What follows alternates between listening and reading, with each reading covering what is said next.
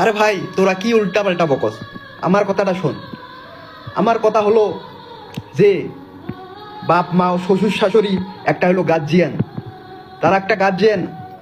তারা একটা যদি ছেলের বউ আনে আনে তারা আছে না, তারা যে একটা বড় উচ্চধাপের মনে করে তারা তাদের মন থেকে যে আমরা বাপ মাও, আরে সেটারে আমরা মূল্যই দিতে পারি না।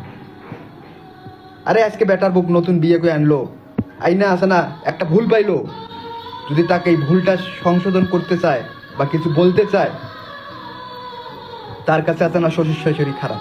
আরে তারা তো গার্জিয়ন, তারা তো দুই একটা ভুল ত্রুটি পাইলে বকবো, এই মাথা মোটা মেয়ে, এটা আছে না একটু হলো বিবেক খাটে সহ্য করে নেওয়া লাগবে।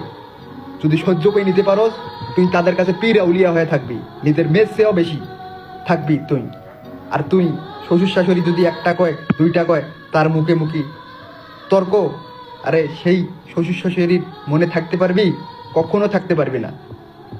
অযথা বাপ মাকে আছে না ছোট করেছ না তোরা। বাপ মা এমন একটা জিনিস, এই জন্যে তোরা কথা তোদের মাথায় আছে না ইয়েটা নাই জন্য সেই জন্য সংসারও করতে পারস না, বুঝছ নাই? একটা কথা কই দেই, তোর বাড়ি তো বাপ মা আছে, এখানেও বাপ মা আছে। তুইটা কথা সহ্য করলে কি হবে রে? এ তাদের আছে না মাথায় মুকুট হয়ে থাকবে, কখনো তোদের অবহেলা করবে না। আরে তোরা আছে না একটা কয় তোরা তিনটা কস, বুঝছ না? বোন ভালো হয়ে যা, বোন ভালোভাবে সংসার কর, মাথা একটু ঠান্ডা করে কাজ কর, এটাই অনুরোধ।